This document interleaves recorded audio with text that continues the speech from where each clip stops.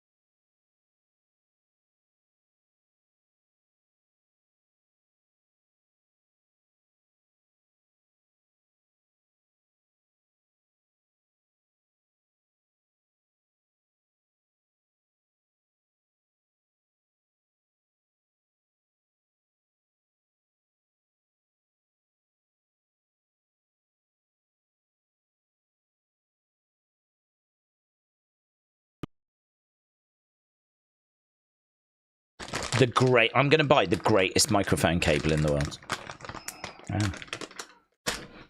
It'll be gold. Oh, hello. It's back again. Coming around the 100 decibel range. No, it's nowhere near loud enough. It was 110 in France. Scotland, what are you doing? Come on, you can do that. Oh, God, they got to 107. They got to 107. If anyone comes back from the show and is like, did you hear that noise when Drew came out? I'll be like, yeah, 3 decibels short.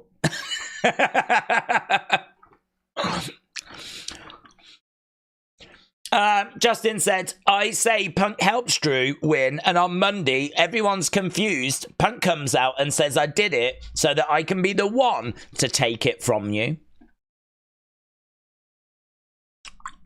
What about Gunther, though? Iron Drew.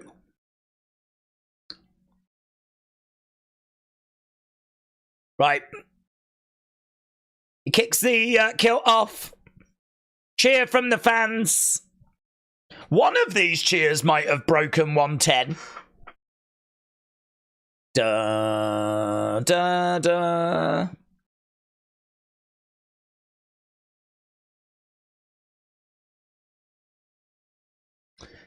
So, Drew, looking out at the crowds. Drew McIntyre chants. Who won the Bayley match, said Saeed. It was Bayley. Bayley won. Oh, man, I got so many... Oh, my God. Right, Coast Maniacs said, if you click on the 2008 picture and the dash, there's a puzzle. Solved it. 2024 is the repeated words. And the 2024 is the repeated words. Got you. So there's 3 different things when you click on... Wow, I mean, they gave us a lot, in all fairness. Didn't they? They gave us a lot. Floating around 100 still. Big T Bariatric said, if you click the dash between 08 and 2024, it's a puzzle. Thank you, my friend. Thanks, Big T. Coast Maniac said, if you click the 2008, you get a picture. And then the dash, you get a puzzle. A lot of love for this puzzle. Doug said, I'm going to go for a wild shot here, but the Nightbird music, lights and Tron glitch, and the doors open at the main event, and it'll leave a cliffhanger for Monday. Here is Damian Priest. Doug says, gonna go for a wild shot. We get something at the end that sets up Monday. Coaster said, if you click the dash between... if I hear about this flipping dash again. I'm going to close my eyes and all I'm going to think about is this flipping dash. Coaster, thank you. Thank you. I was about to release the cows in the park. That's dark, says Coaster Maniacs. Mitchell said, I thought you said your butt died. Taco Bell ad. I don't know what that means. We don't have Taco Bell. Well, we sort of do, but we don't. I think there was one in Southampton. And there's probably a few dotted around, but I've never seen an advert for Taco Bell in the UK. Doug said, put this towards your new microphone. I'll tell you what, every penny raised tonight's going towards a new flipping... I don't think it's the mic. Or at least I hope not. I think it's just this cable. I hope it's not that, and I hope it's this. I'll get a new cable. I'll buy a new cable, and I'll see where we get from there. But to be honest, it's not been bad, has it? I mean, I stream all the time, and God, I don't know what's happened tonight. It's just gone mental. I don't know what's happened. Something's gone wrong. But it wouldn't be a Wrestling Day stream if there wasn't, like, really annoying technical problems. Words of Red, shout out to you, my friends. JP Ville said, I think Priest's theme is so cringe. Right, well, Damian Priest is making his way out. It's main event time. Main event. Na. Let's go. Right, we need these scores. So that got 40. That got very close to being a great match. Very close, but just misses out. It's 96% good. Crowd are chanting for Drew. Of course they are. No sign of Judgment Day. Sonny said, did you see my post? I didn't. I tagged you in pictures of my poetry book. Thank you. I will try and catch up with all of that after. I have not really had a chance to go on Twitter much. There's Taco Bell in Swansea, says Nico. Is there? I think it was probably like, well, last time I checked, there was about 20 odd in the UK. But I've never seen a TV ad for them. I've never seen any ad for them. I want my mummy Rhea, says Scott. If Drew loses, I'll cry. So will his hometown, said CLE. Eric said it's making you sound like an AI bot. Is it? Is it gone all weird? Oh, I hope so. Christian said, Days, in the Kintsugi page, the first 11 points, it has letters in circles. And it spells the URL, are you happy? I don't know what that could mean. Well, put it in. WWE.com, are you happy? It brings you a picture. Well, it's a video, actually. I never checked the source codes. I don't think there's anything in them. I think I've done my part. We'll gather together all the thoughts that people have sent over, and we'll get a Nightbird video out. But the bigger question is, will we see Nikki at some point? We're running out of time.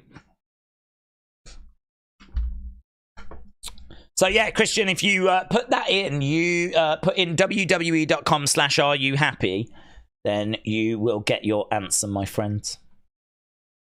Big thank you to everyone that has sent through stuff. It really is appreciated. I know it's very difficult to kind of juggle watching the show and people sending in thoughts, juggling the QR code, trying to juggle watching this. It's obviously quite tricky, but it is very appreciated, everyone sending in their thoughts, all joking aside. So obviously it kind of helps. I mean, there's just no way I would have found that stuff. I mean, I'm just, with these live streams, and certainly where there's no, like, breaks, really, don't get a chance to go snooping around all the old stuff, you know?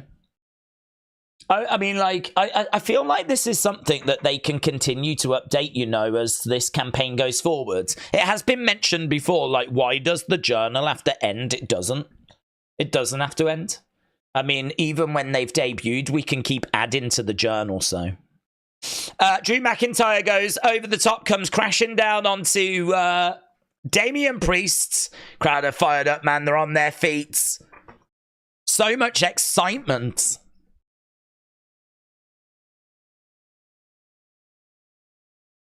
So Wade's talking about Glasgow Rangers, talking about the rivalry between Celtic and Rangers. Into the ring post goes Drew.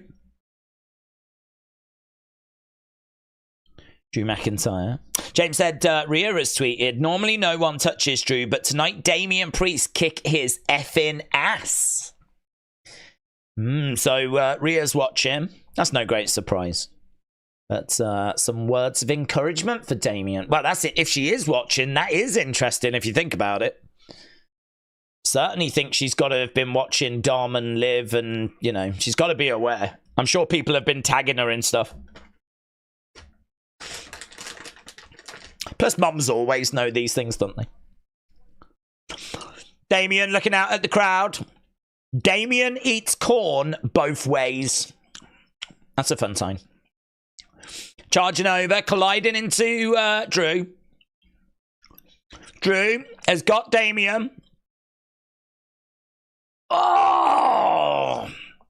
Big chop. Big strike. Damian going back against the ropes. Big shot there by Damian. 2.5 hours into the show. Picks him up. Boom! Spinebuster. 1, 2. No joy. No joy. Just a thought, a swerve. Punk could come out and cost Drew the title, and then Wyatt 6 interrupts the pre-celebration with Judgment Day, said Doug. I don't think you're going to see Wyatt 6, bud. Just because that's... they've been saying, like, Monday, Monday, Monday. Imagine if they've told everyone Monday, Monday, Monday, and then they go, lol, we actually meant Saturday. 17th. Lol, we meant 15th.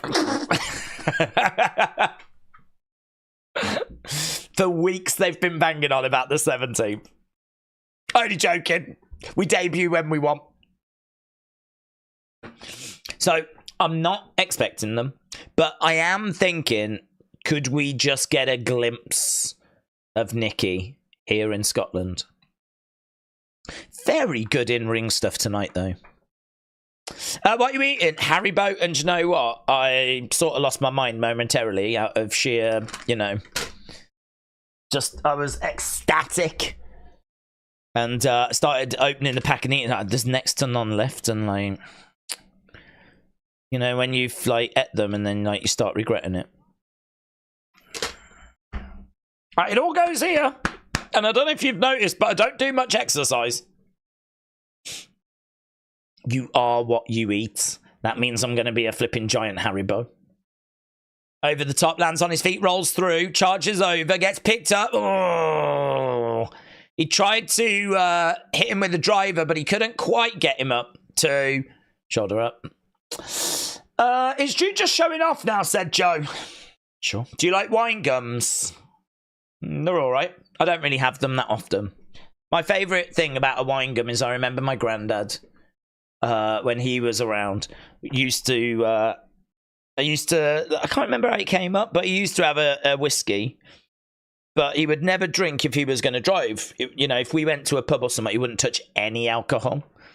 And he always used to say, if I'm driving, I won't even have a wine gum. And that's funny because there's no alcohol in wine gums. So he's an idiot, really. It's just a sweet. There's no alcohol in them. But you try telling him. Into the prime bottle. But I think he was more making the point, Chop coming in by Drew. Watch the takeout, says Josh. Honestly, I really do have to watch what I eat because I really don't do any exercise. So for me, just sitting here chatting with you guys and streaming, I can't just eat. I have to make sure that I'm not doing that. So I really don't have many takeouts. I try to eat fairly healthy. Try to avoid, burgers and pizzas and all that kind of stuff. So, because if I did, it's a slippery slope, man. You can so easily go down those roads. So, oh my God, he's got tangled in the road. He's upside down and tangled. So Drew McIntyre is kicking away at Damian. Oh man, let's go. Don't stop, Drew. Get a chair.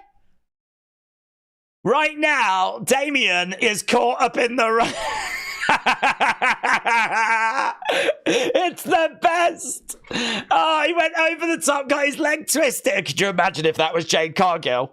It's still tangled. Look, Drew's like, what am I meant to do?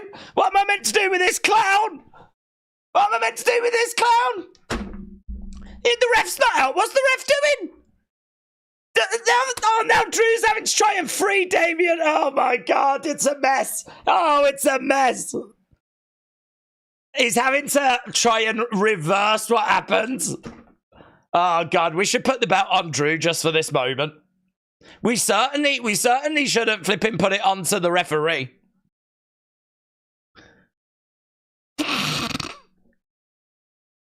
That was hilarious.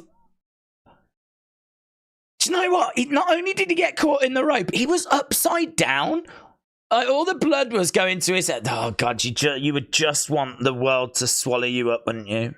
You'd be there upside down and you could hear the whole arena laughing at you, right? You're dangling there, your legs caught. The referee can't free you. You can see Drew going, what am I meant to do with this clown? And you'd just be like, oh my God, this is such a bad day at the office. Oh my God. kick there by Damian. That's why big men don't do flips and dives. Yeah, listen, if that was Jade, she would be getting absolutely roasted, man. I don't know if Damian should be able to shake it off. Look, it might have caused a bit of damage, though. He's really not moving very well. He's moving quite gingerly. God, that's one of those where as soon as the match is over, you are not going to look forward to going to that gorilla position, are you? Can you imagine if Vince was there? You might be all right if it's just Triple H, but oh my God, if Vince was there, you'd be like, oh man, the old man's going to go mental. The old man's going to lose his mind. Theory for SummerSlam. Drew versus Damian versus CM Punk, said CLE. Damian is hurt, says K-Pop. Ask Top Dollar. Yeah, he never shook that off, did he? Well, not in WWE, but then Michael Cole wouldn't let him. He called him Flop Dollar and kept reminding everyone every week.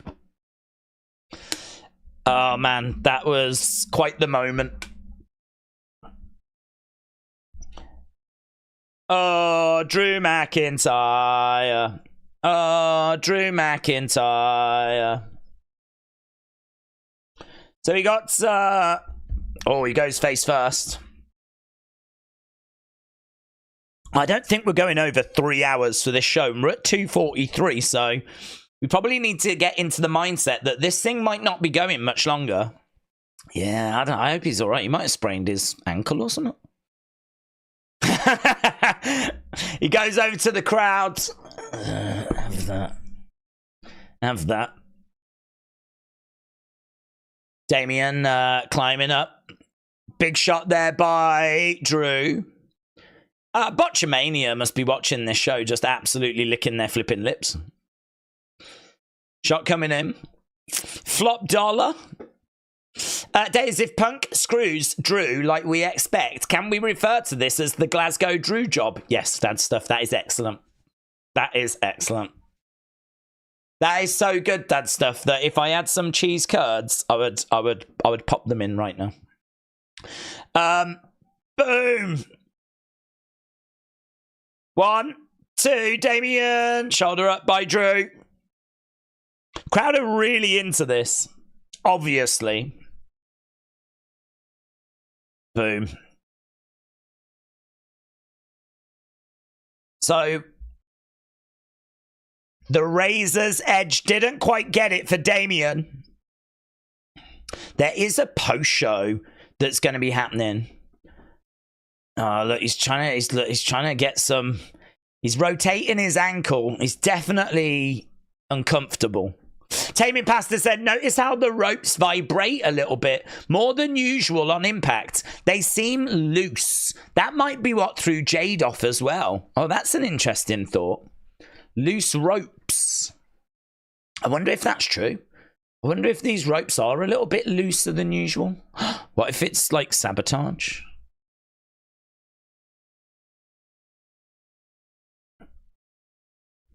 Boom, forearm strike.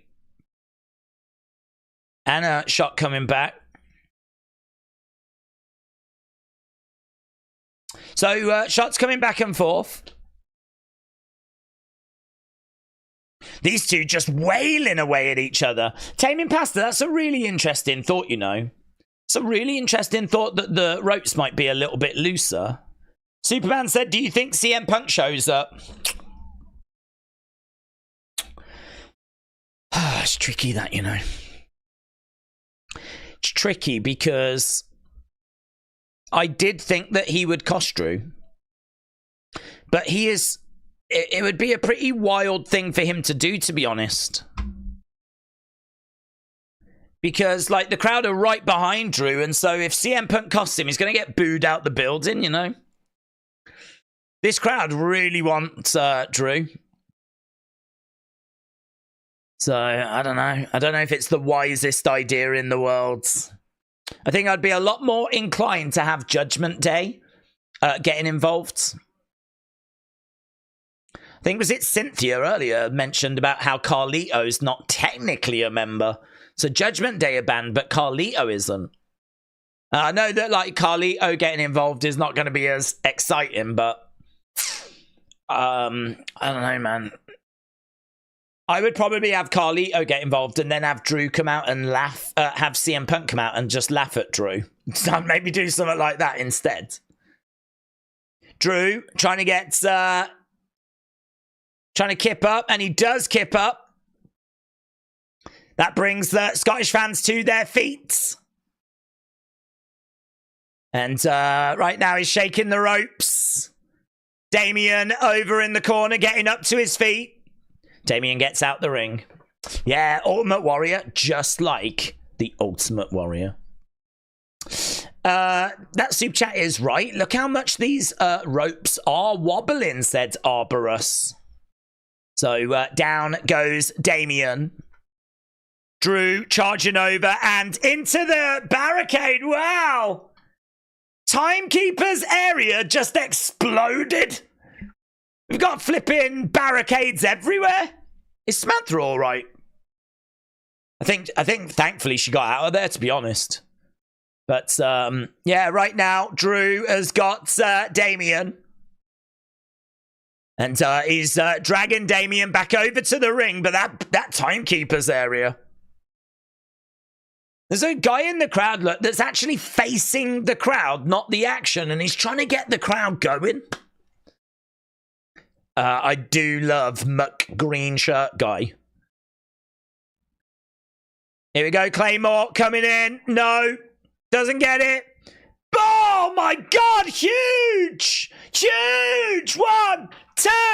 Oh, Damian with a monstrous choke slam. That was huge. Man, they're just showing that timekeeper's area just exploding. Oh my God. That was really good choke slam. Really good. Wow. What if this leads to a double turn, making Punk go heel? Said Arbrajette. The leg looks legit hurt, said Miss Clown. That chokeslam was wild, said Corey. This is a compelling match, says Joe. I feel bad for Damian. He's clearly fighting through the pain, says Leo. Yeah, I feel bad for Damian, but also at the same time, it was hilarious, wasn't it? So if you are going to get injured, that's probably one of the funniest ways for it to happen. I mean, it's not Titus World Slide, but it was a pretty fun botch. I mean, obviously, we don't want any permanent damage. I hope it's just a bruised ego. Right now, Damian is climbing up. Damian is huge for Drew a little. Yeah, man, that chokeslam was amazing. Headbutt there by Drew. Damian in the middle of the ring. Goes up, top rope enziguri. Damian definitely feeling... Oh my God. Push the referee away. Yeah. Oh, wow. Hurricanrana. Oh, he's still... Claymore connects. Oh my God, he's down. 1, 2... Oh, 2! Wow! Claymore connected.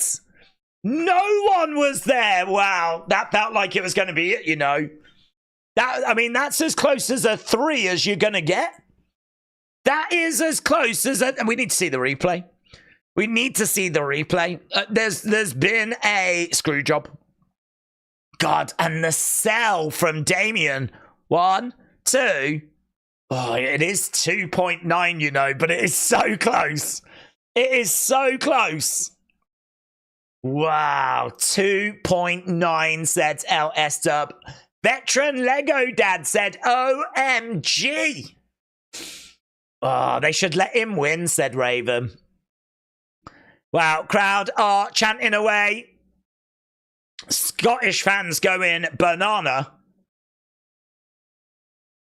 We haven't seen that decibel reader again. I feel like the Scottish fans must have got close to the French fans at some point.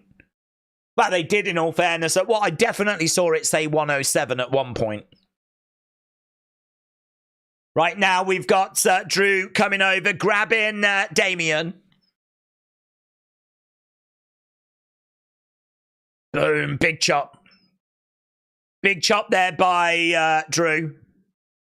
Belly to belly? No. Some shots coming back there by Damian. Oh, Damian gets driven back into the corner. Damian, middle of the ring, is going to pick up Drew. Drew lands on his feet. Damian into the ref. Ref's gone down. It's going to be a Claymore, isn't it? He's going to hit this Claymore. We don't have a referee. Oh, my God. Oh, he didn't get the Claymore. He didn't get it.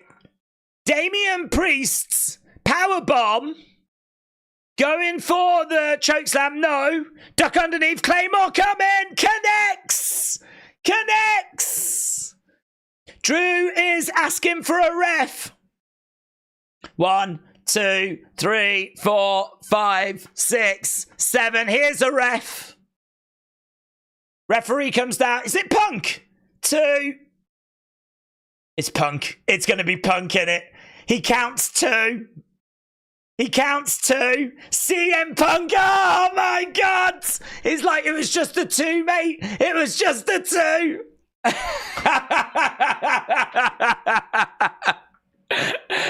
It was just a 2, but CM Punk in the ring. Drew staring at CM Punk. He grabs him, drives him back into the corner. Wow. Oh, low blow. Oh, low blow, and he pushes Drew down. CM Punk gets out the ring. Boos for Punk. That's not playing well in Glasgow. Look at that dude sticking up his middle finger at CM Punk. Both of them. Oh, mate, he doesn't care. Boom! Drew is down. Damian Priest. Oh, man, the Hydro. 2, 3.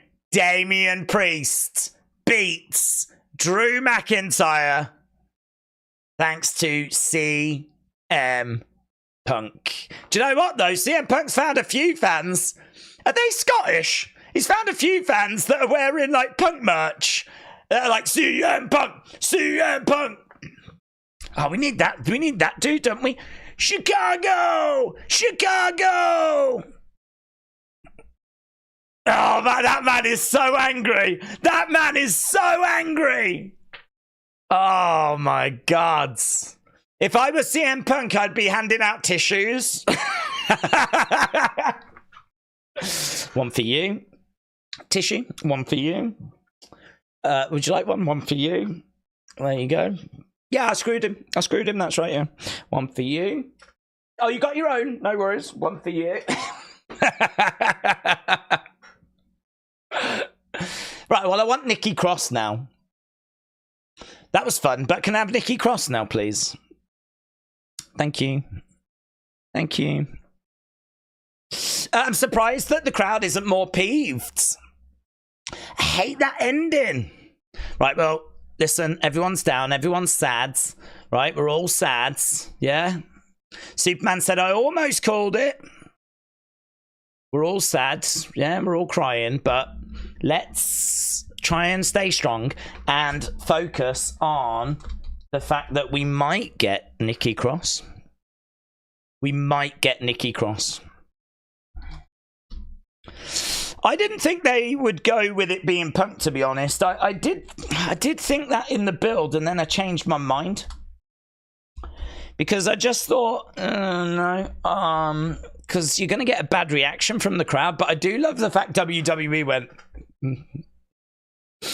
not bothered. 1, 2. Feeling cute. Oh. Surprised CM Punk didn't get injured. 1, 2. Oh my God. My ACL. Yeah, this is cool and everything, but can we have Nikki Cross now? Damian should not be champ. He's lame. Nice callback to Punk suggesting he'll be the ref for Drew and Seth, says Adam. Chippy said writing was on the wall when the tag titles changed hands. Right, here we go. There is Damian Priest. Come on. Give me some. Give me some. Give me some lights going out. If Priest wins, we riot. Well, go on then. You've got a flipping sign that said if Priest wins, we riot. What are you going to do about it? Hey? What are you going to do? You're going to do nothing. Oh, he's only a kid, actually. Sorry, kid. I didn't realise it was a kid.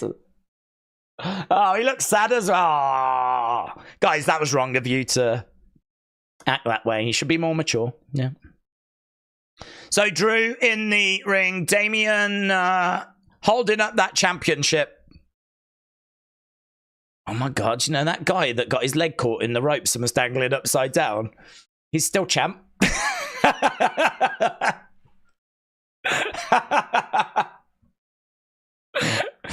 Oh. I mean, I can't wrestle, but even I don't think I could do that. You know? That's the champ. Bye, guys. See you Monday. Yeah, I know what's going on. We've just flipping gone to this video thing.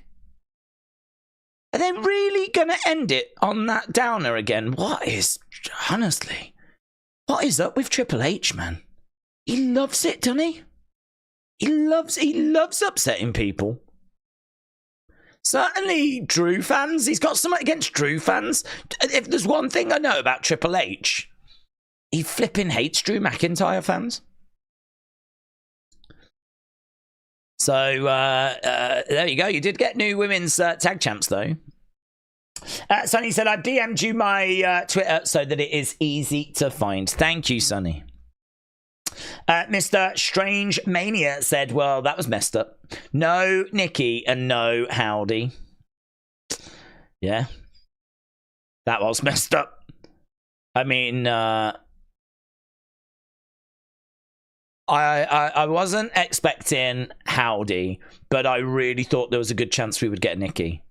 I mean, Nikki is Scottish. To be in Scotland and to not... I feel like there was such an opportunity to do something, you know? There was a definite opportunity to do something. Drew, screwed, Drew. We could still get it on the post show, said Trent. I don't think so. I don't think we're going to bring out the Wyatt 6 on the post show. I don't think we're having Nikki Cross on a post show. But there's a first time for everything, isn't there? Imagine a first time I do a stream where there's no technical problems. Imagine that.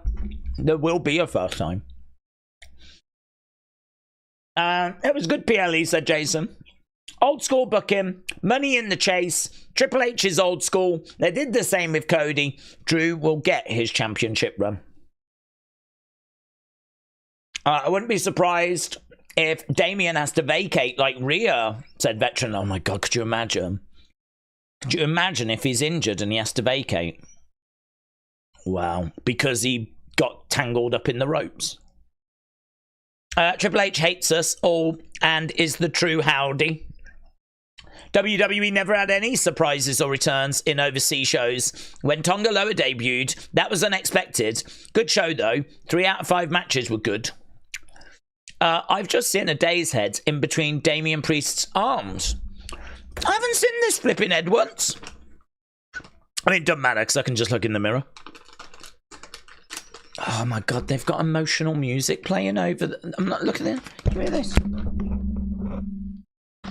They had like emotional music playing over the Drew bit.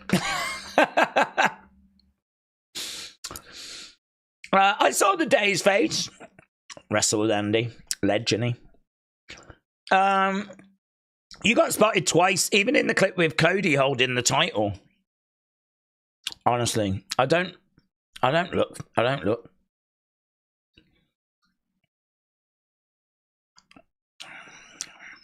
That guy is so angry. Other than Cody, who would be the face of WWE? CM Punk. CM Punk. CM Punk. And there we go. It comes to an end. Wow. How are people going to feel about that? Imperium. Right.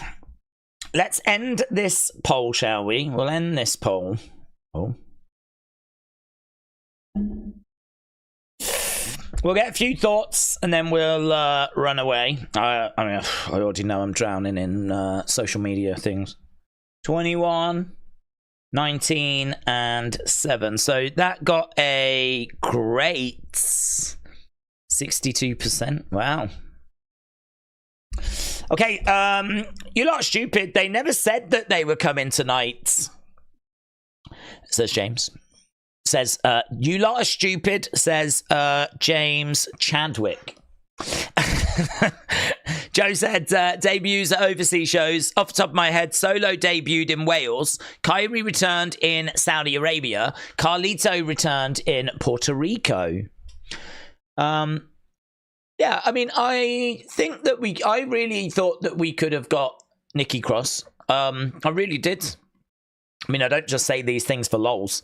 So I really did think that we could get Nikki Cross, but it was never guaranteed. They've not gone that way. To be honest, there was nothing in the QR codes, and I was a bit worried when there was nothing in the QR code, because I did want to see something in there, just sort of hinting, but there was nothing. I mean, there was lots in there, but it was there was nothing that seemed to suggest we were going to get something later. But, you know, it is what it is. We move on. I said at the start of the stream, whatever we get, fine. We know Monday is the focus. I mean, I'm more excited for Monday than I was for tonight. So Monday is the focus. Raw is huge. You cannot miss it. I mean, I know you won't. You cannot miss it. Raw and this arrival, everything's 17th. Well, that's Monday. All of this building towards Monday, we finally get there. We'll do a special stream tomorrow where we talk about what went down, and we'll do that tomorrow, and then of course we're back on Monday. So yeah, lots of Nightbird stuff on the way. I think Wyatt 6 Uncle Howdy Monday. What's the red arrow pointing at, said Andrew. Don't know, there was no update on that today, I don't believe. I mean, I haven't had a chance to have a look at people's thoughts, but I'm not aware of the red arrow being shown to actually point at anything. So, I don't know, still hasn't shown itself to me. Did get some cool images, though. I mean, that really looks... These pictures look so good. I mean, that really... Look at that. It looks like a sick smile on the face, doesn't it? That looks like Howdy. That one looks amazing. I can't quite tell if this person's topless. Like, I feel like that might be a nipple. Definitely getting nipple vibes there. Can I zoom in? No, not really. That's as big as it'll get. This is the big question. Is that a nipple? And then there's something going on here with the face, but I'm more interested in this nipple here. So are they shirtless? And who is it? Because if I mean, that's going to take a long time to grow your hair like that, so it can't be Dexter Loomis. I mean, it looks like a lion. Could be a lion, couldn't it? Perhaps this is just like someone from the musical The Lion King. So there's Howdy. Looks like he's having a snooze. Looks to me like Howdy has had a busy day and he's just kind of sat on a bench and is like nodded off. You know what I mean? He's had a busy day of being cryptic and now he's like, yep, having a nap before Monday. That's what it comes across to, it's like me. Just having a little 5. Just having a quick 5 minutes.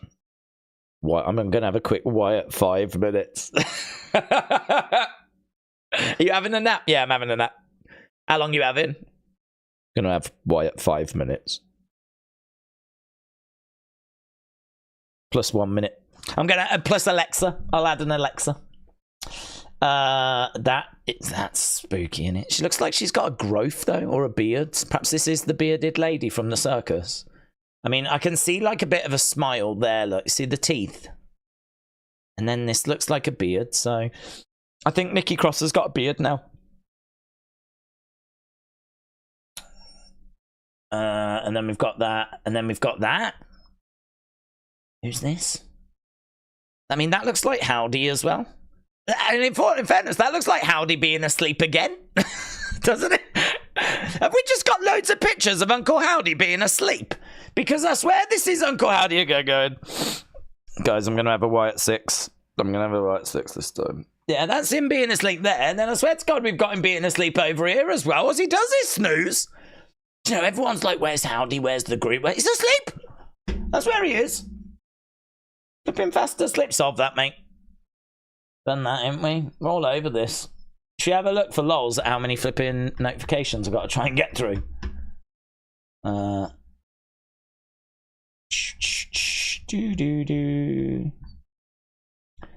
Uncle Howdy being asleep. That was 4 minutes ago. Oh, hello.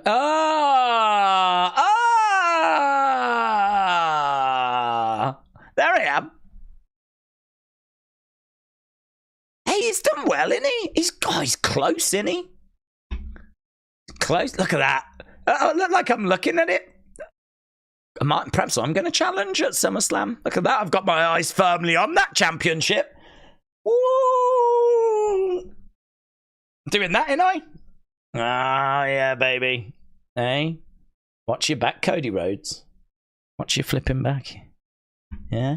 Don't know where your next challenge is going to come from, do you? Yeah. I can leave this study, you know. I can leave this study. Was it there as well? God. He gets amazing seats, doesn't he?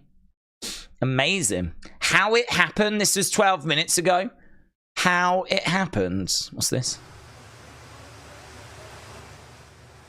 Who's watching? Need... Jess. Give me your shirt. Give me your shirt. That was good of him. Do you wear a t-shirt? Give me your shirt. Give me your shirt. Why do you need it? Can I have it back? You have it back. Don't worry. All right. He was wearing ladies' clothes. So that's how it happens. Oh my God, I bet he does that all the time. Goes up to women and goes, can I have your shirt? Can I have your blouse? Jess, you got an extra shirt? What you can't see is there's like 50 male referees standing around, but he wanted to take her top. Jess, take your top off, would you? Take your top off. Are you wearing a shirt underneath, Jess? It doesn't matter if you're not. Oh, I'd love it. I'd love it if I could wear your top, Jess. Give me give me your shirt. Give me your shirt, Jess. Oh. Can I have your pants as well? Yes. Yeah. Just give me that one. I don't care. Gosh, she's like, yeah. We can do that. Here you go. Don't worry about it. Oh, that poor girl. She's standing there in just a bra, freezing. There we go. So that's how it happens. We got Kathy Kelly, and are the press actually there? I don't even know if the press are there. We've gone to the post show. Long blonde hair, long gloves, ring attire. Come on, Crimson. You're not going to point out the very obvious boob? Come on.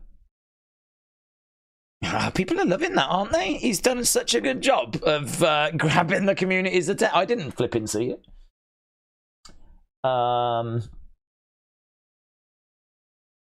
Yeah, well, all of that 38 minutes ago. I've got about 6-7 hours to try and get through. Don't cry. What the flip? What is this? The Underdazer?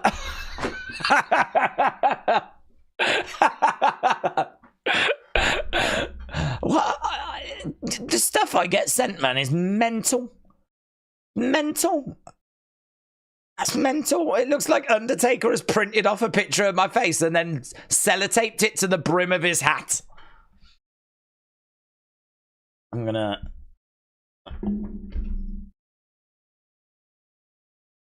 This is art. That is art. That should be in a flipping exhibition. That is art. Right there. Love that. Look, he does look asleep, doesn't he? He does. No one can tell me he doesn't look like he's a flipping asleep. The massacre is coming. Oh my god, what's this? I'm a little out of order with my thread, but I found Haribo gummy bears to make you feel better. Are they Haribo? What are they doing if you press play? Oh my, oh, that was a bit offended. I wasn't expecting. I thought they were going to be like, oh, I didn't expect them to flip me off. Oh my god. Man, look at that, now we're being abused by flipping gummy bears? Well, I'm not retweeting that. I mean, this is a PG stream. Listen, we could sit here and just keep doing this, but I don't think this is what people want to do. Dally Paul said, I've tagged you on Twitter with you kissing DP head. I've tagged you on Twitter with you kissing Damian Priest's head. Oh, God. What moment is this? Am I kissing someone's head? What's he got me doing? It's pretty badass, isn't it?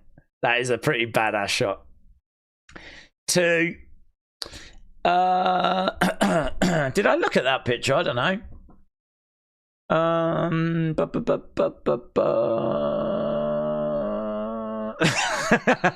Is that it?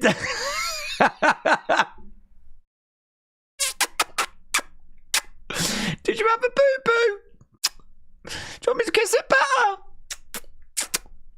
Oh, that is such a, oh god, such a lovely moment, isn't it? And he looks like he's soaking it in as well. He looks like he's drinking it in, doesn't he? Oh my god, Wrestle with Andy, the flipping situations you put me in. It does, it really does look that way, doesn't it? That is beautiful. That is art. That is art. That is art. This is more art. Even more art.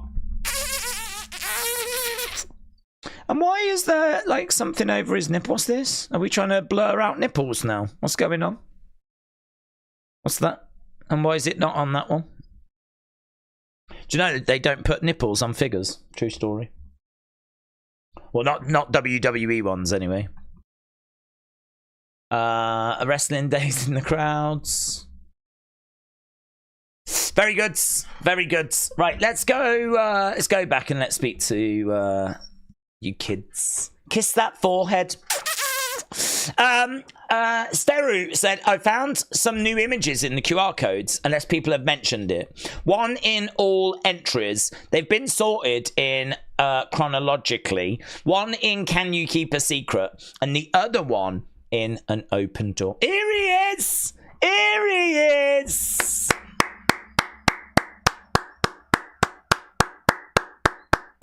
There he is. Hey. Wrestle with Andy. You've got, I don't know if you've seen, you've got me flipping kissing wrestlers, mate. There's a picture up here which is much loved. Look at this, Andy. You've got my head right there. Look at that. Giving a little kiss on the ropes. On the rope? Well, not on the ropes. I was thinking about on the ropes because I was just about to ask you, did you see him getting tangled in the ropes? It's flipping hilarious. It's one of the greatest moments in the history of our sport. Wrestle with Andy. It's one of the greatest moments. It's this generation's tightest world slide. Him dangling upside down in the ropes. Oh, God, so good. So good. It's like that. That was good. That was me last night. I don't want to talk about it, guys. I don't want to talk about it. I don't want to talk about it. I will talk about it. Days, what are your overall thoughts? I thought it was really good. I thought it was good. I thought it was entertaining. I thought it was a solid show. I think it ticked a lot of boxes. I mean, look, on a Saturday night, was you not entertained? I was entertained. Would it have been good to have got some, a Nikki Cross appearance? Yes. Yes, it would. But really, outside of that, I mean, I don't know what you would change, really. I mean, Drew gets screwed by CM Punk. It sets up their match for SummerSlam. Damian now can go forward to face Gunther. Damian's just come into this room. Damian's come into this room and he's told all these journalists to rise. They are asking questions. How's the ankle?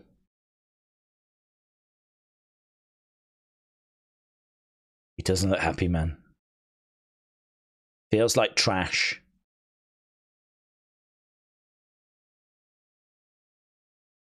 I've not been to medical.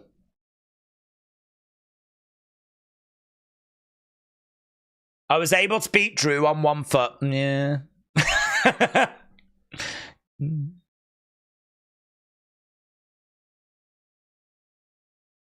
Punk made his presence known.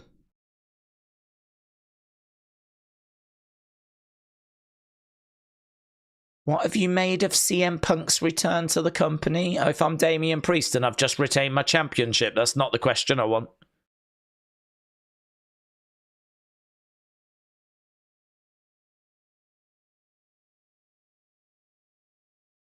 As far as him being back, it's fine. He's a big star.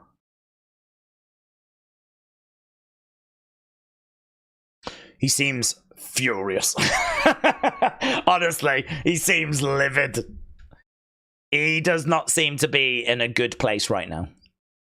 He said he's not been to medical, but nothing's going to stop him. Bleacher Report? I want to see Damian retain, but Drew. Teddy said, I figured out the audio files. They are MIDI files. When you put them into a MIDI sequencer, you can see words. Teddy, what audio files, buds?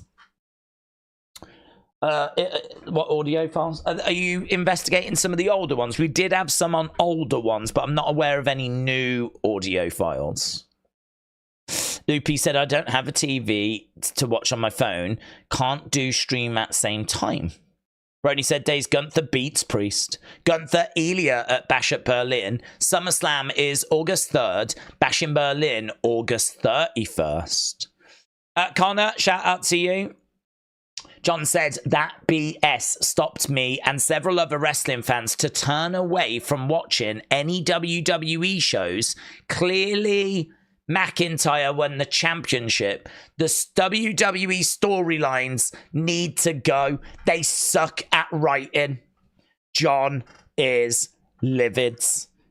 John, honestly, we share in your anger, mate. We were livid here as well. We were livid here as well. I might cancel my WWE Network subscription. It's a flipping disgrace what happened tonight. I'm in livid as well. So, John, I'm right there with you, mate. I'm right there with you, mate. I don't know why we have to keep putting up with this. This clown is sat there right now with that is Drew's belt.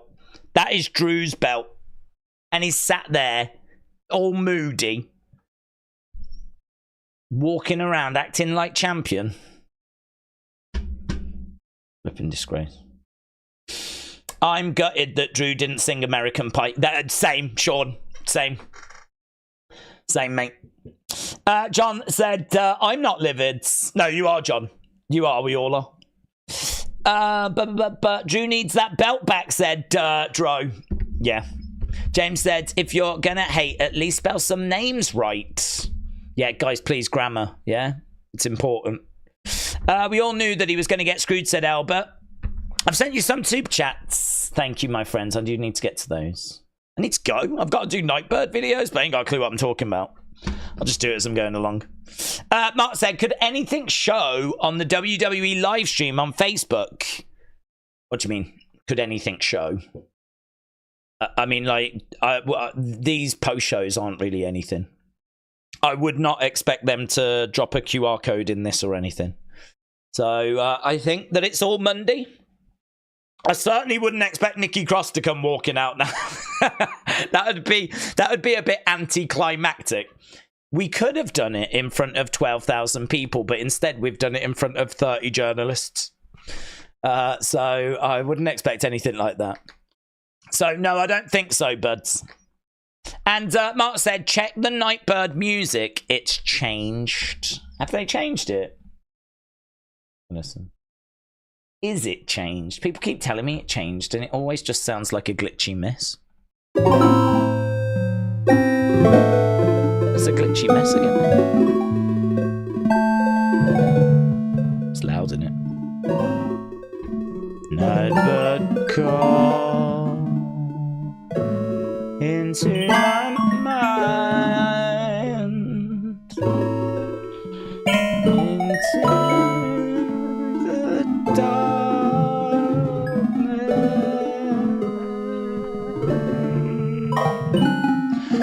Nightbird call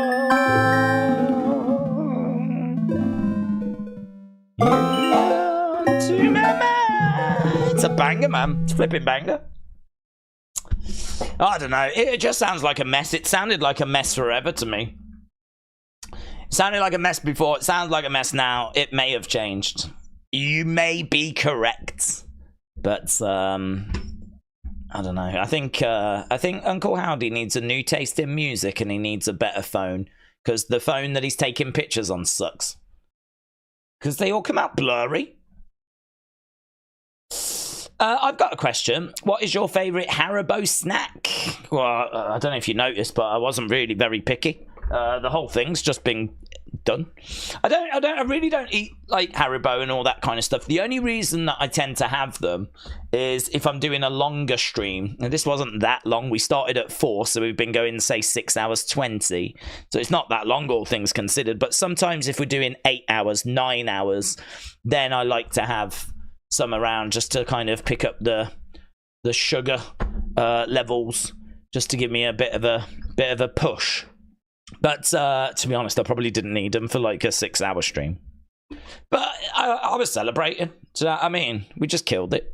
Just smashed it. CM Punk's come out with a Celtic top on, and which is pretty fun because Drew supports Rangers. He supports the other team. So here's CM Punk in his Celtic top. Killshot said, I now hate CM Punk. Punk's just casually wearing Celtic gear, said Mr. Bird.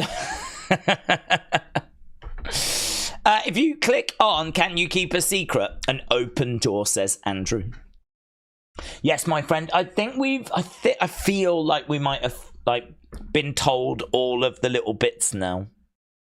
So the one thing that I mean, the pictures are really cool, but I don't know what I've got from it, if you know what I mean. The pictures are great, but I don't know what I got from the video. I need to have a look, see what people are thinking. We'll have a little look at that in a moment. Metal Mama said the date is July 28, 2022. I think not November, which was Vince's last match. He called an Alexa versus Nikki 6 team. Metal Mama, have you been drinking? I don't know what you mean. I understand the words. It's just the order you've put them in are quite confusing. The date is July 28, 2022. It feels like you're setting the scene. Do you know what I mean? Like we're going back to July 28, 2022. I think not November. It's like poetry. I think not November, sir. Which was Vince's last match. He called and Alexa versus Nikki 6 team. Is that Shakespeare? I feel like that might be Shakespeare, you know. Possibly I have tagged you in it, says Metal Mama. Metal Mama. CM Punk has bought donuts. Oh yeah, he has. Punk is cleared, said Jamie. SummerSlam, baby. Punk said it looks like Priest has tore his hamstring. Well, he hasn't been to medical, so we're going to have to wait and see. Maybe that perhaps Priest knows that he's suffered injury. He was livid, wasn't he? So perhaps he knows that he's like caused some serious damage. Metal Mama said it's an autocorrect. I'm sorry, my bad. I hate this tablet. No, it was great. I think you should flesh it out and make a full script. I'm a poet and I don't even know it. Alan said the Glasgow Drew job will live in infamy. I do love this channel, says Alan. Alan, shout out to you, my friends. Yeah, I think we had some fun tonight. And that's all we can do, really, because it's stopping us from obviously succumbing to the crushing disappointment of not getting Nikki, and also Drew losing. Why does that look like a boob? It does, doesn't it? It's got like a flipping nipple on it. What donuts has he got? Where's he got them from? Flipping Ann Summers.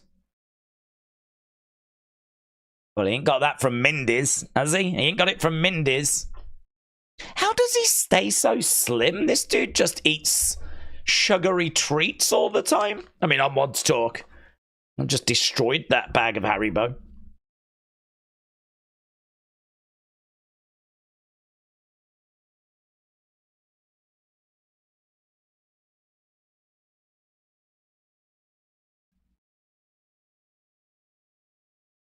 He wants to make fun of my tricep. I'm going to hit him with it. This is the best presser that CM Punk has had. Love ITY. Daniel, shout out to you. Tell them journalists straight, said David. If it's just a hamstring, then it's not as bad as it could be, said Jason. Nipple donuts. I know. Look, you can see it right there. I don't know if you're watching it, but I know a flipping nipple when I see one. I was hoping Drew would get him whilst he sat there, said Raven. Dick Togo said CM Punk's best press conference, burying those elite geeks. Well, I don't know. I mean, I don't know what he's been saying here.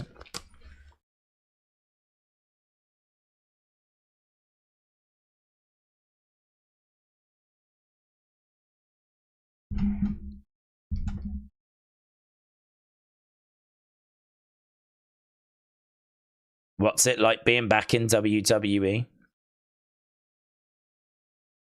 It's great. I love these press conferences are the best. Are you happy that you're medically cleared now? Yep. Thank you. I can't believe that happened to Drew. It makes no sense. Shake and Bake said you should put it in the perv folder. Well, I want to see it. I want to see him get it out. I want to see it in all its glory. But I can't sit here waiting for flipping nipple donuts. Do you think that Jade and Belair will split up and fight each other at SummerSlam, said Jeremy? I don't know. I feel like it's a bit too soon. I feel like they tried to give Scotland a moment, which... You know, in retrospect, we probably should have predicted that they wouldn't just completely not give them anything. But, so they had them win the tag titles, but it wouldn't shock me. It really would not shock me if there's a rematch announced for Monday and Jade and Bianca just win them back. It would not stun me if that was a moment just for the show, just for the crowds, and then we just change them back on Monday. Or whenever. I would not be stunned. So. Right. Well, anyway, look, as much as I want to keep sitting here and chatting away with you guys, I do need to go and do that Nightbird video. Otherwise, it'll be irrelevant me doing it.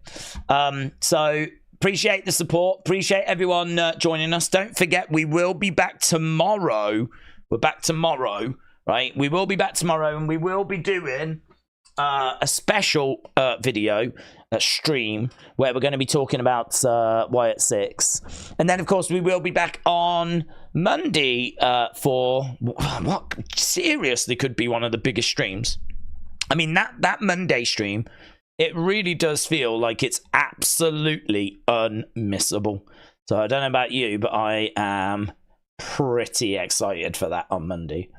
I mean, genuinely, I think Monday is more exciting than tonight's show. So obviously we're heading towards that. So There we go. Awesome. Appreciate the support, my friends. I'm going to run off and start compiling stuff for a Nightbird video. I don't know if we'll get a chance to do an unseen. I think what I might do is if I can get a Nightbird video in, then I might try and get an unseen done about 6-7 hours after. So I might see. I'll have a look. I'll see where we get to. But appreciate the support. Thanks for watching. Bye for now.